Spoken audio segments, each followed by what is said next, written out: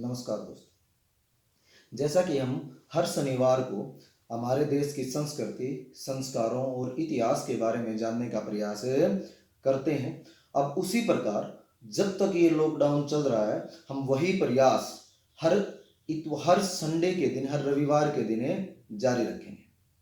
और इस बार या आज हम बात करने वाले हैं हमारी माँ के लिए। वो माँ जो हमारे लिए बहुत सारे दुख सहती है, हमें इस दुनिया में लेकर आती है, हमें बहुत प्यार करती है, उसके विषय में, उसके लिए हम बात करेंगे।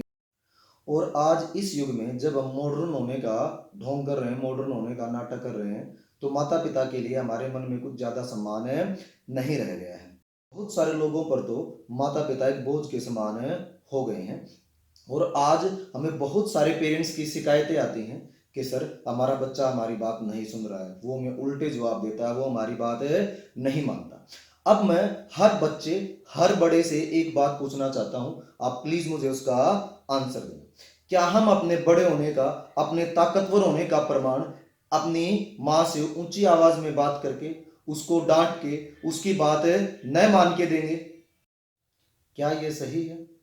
और वो भी उस माँ के लिए जो हमें जन्म देती है, हमें चलना सिखाती है, हमें बोलना सिखाती है, हमें खाना सिखाती है, हमें कपड़े पहनना सिखाती है। इवन हम ये भी बोल सकते हैं कि जो हमें इंसान बनाती है, क्या हम उस माँ के सामने ऊंची आवाज में बात करके, उसकी बात न मानकर अपने बड़े होने या अपने ताकतवर होने या अपने मॉडर्न होने का प्रमाण देंगे? माँ वो है जिसका कर्ज हम हजारों जन्म लेकर भी नहीं उतार सकते। मैं आपको माँ के बारे में 2-3 उदाहरण देना चाहता हूँ। माँ की शक्ति, माँ के प्रेम, माँ की ताकत के बारे में आपको 2-3 उदाहरण देना चाहता हूँ। एक बार एक भगत ने अपने भगवान से पूछा कि भगवान, इस दुनिया में हर एक चीज, हर एक काम, सब कुछ सिर्फ आपकी इच्छा से हो सकता है, तो आप फिर भी धरती पर बार बार अवतार क्यों लेते हैं? क्यों आप इतने कष्ट सहते हैं? क्यों आप वनों में मारे मारे फिरते हैं? आपको युद्ध करना पड़ता है, आपको इतने दुख सहने पड़ते हैं, आप ऐसा काम करते क्यों? तो भगवान ने उनसे एक चीज कही थी कि बेटा, मैं सारे काम कर सकता हूं, मैं सब कुछ हो सकता है इच्छा से, लेकिन मुझे यहां एक चीज नहीं मिल सकती, और वो माँ है। मैं पृथ्वी पर बार बार इसलिए अवतार लेता हूं, मैं इसलिए बार बार जन्म लेता हूं, ताकि मुझे माँ का प्रेम मिल सके, माँ का स्नेह मिल सके, मुझे माँ का दुलार मिल सके, मैं माँ से प्रेम पा सकूं। अब आप लोग एक चीज सोच सकते हैं कि जब भगवान भी जिस माँ के प्रेम के लिए हमेशा लालयित रहते हैं, जिस माँ से प्रेम चाहते हैं, हम उस माँ से अच्छे से बात नहीं करते, हम उसको सम्मान नहीं दे पाते, क्या ये सही है? अब मैं आपको और बताना चाहता हूं, आप सब ये भी टीवी पर रामायण देख रहे हैं। रामायण में काफी मतलब कल मैंने देखा था कि भी उसमें रावण का भी अंत हो चुका है, लेकिन आपने उसमें एक छोटी सी चीज नोट की होगी, आपने एक छोटी सी चीज देखी होगी। रावण मतलब बुराई। तो रावण बुराई की तरफ था, अधर्म की तरफ था। रावण के किसी भी योद्धा ने लड़ाई में, जो एक बार लड़ाई लड़ने के लिए गया, वो वापस से नहीं आया। तो जब मेघनाथ लड़ाई लड़ने के लिए जा रहा था, युद्ध में जा रहा था, तो उसने अपनी माँ को प्रणाम किया और उसने कहा, माँ मुझे विजय श्री का आशीर्वाद दीजिए। तब उसकी माँ ने कहा था, अगर बेटा आप मेरे आशीर्वाद से आपको विजय मिल सकती है, तो आज मेरा पुत्र युद्ध में विजय का डंका बजाता हुआ वापस आएगा। और जैसा कि आपने देखा होगा कि मेघनाथ ने उस दिन राम और लक्ष्मण दोनों को नागपाश में बांध दिया था और मेघनाथ विजय का डंका बजाता हुआ आया था। तो भगवान के, माँ के एक आशीर्वाद ने एक राक्षस को भगवान पर विजय दिला दी। तो माँ का आशीर्वाद क्या कर सकता है, ये आप लोग समझ सकते हैं। मैं आपको और एक एग्जांपल देना चाहता हूं कि आप सबने थॉमस अल्वा एडिसन के बारे में सुना होगा, जिसने बल्ब का आविष्कार किया, जिसने रोशनी हमें दी, जिसने ये सब को, ये रोशनी बल्ब हमें दिया।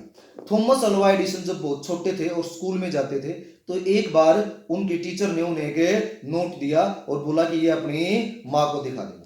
तो जो उन्होंने माँ को जाके बोला कि मम्मी, टीचर ने इसमें कुछ लिखा है। तो उसकी माँ ने उसको देखा और उसको नोट को, कॉपी को वापस से बंद करके उसको अलमीरा में रख दिया। एडिसन ने पूछा कि माँ इसमें क्या लिखा हुआ है? तो उसकी माँ ने जवाब दिया कि बेटा, इसमें लिखा हुआ है कि आपका बच्चा बहुत होनहार है और हम इसको स्कूल में नहीं पढ़ा सकते, हमारे पास इतने काबिल टीचर नहीं है जो इस बच्चे को स्कूल में पढ़ा सके। उसके बाद थॉमस एडिसन को उसकी माँ ने कभी स्कूल में नहीं भेजा और उसको अपने घर पर ही खुद पढ़ाया। और आप लोग जान सकते हैं आज कि थॉमस एडिसन कितने बड़े साइंटिस्ट हैं। उन्होंने दुनिया के सभी साइंटिस्टों को पीछे छोड़ा और हमें बल्ब की रोशनी दी। तो एक माँ हमें क्या बना सकती है ये भी आप लोग समझ लें। मैं आपको और एक छोटा सा उदाहरण देना चाहता हूं जो बल्कि अभी के समय का है कि एक बिल्डिंग में आग लग जाती है और आग लगने की वजह से निकलने के लिए कहीं रास्ता नहीं मिलता। तो एक माँ जो अपने 6-8 महीने के बच्चे को खिड़की से नीचे लटका देती है और खुद अंदर जल जाती है, लेकिन अपने बच्चे को नहीं छोड़ती। जब कर्मचारी आते हैं आग बुझने के बाद उसको बचाया जाता है तो माँ पूरी जल चुकी होती है, उसकी मौत हो चुकी होती है, लेकिन फिर भी वो अपने बच्चे को हाथ से पकड़े रहती है, उसको बिल्डिंग से नीचे नहीं गिरने देती। तो ये माँ का स्नेह है, माँ का प्रेम है बच्चे के लिए। और हम उसी माँ के सामने हम उसी माँ को सम्मान नहीं दे पाते हैं अपने जीवन में। हम उसी माँ के सामने उल्टे शब्दों में बात करते हैं, ऊंची आवाज में बात करते हैं। तो ये बिल्कुल बिल्कुल गलत है।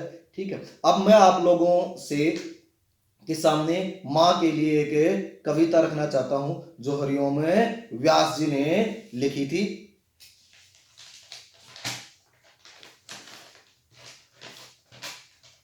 बहुत रोते हैं लेकिन दामन हमारा नम नहीं होता।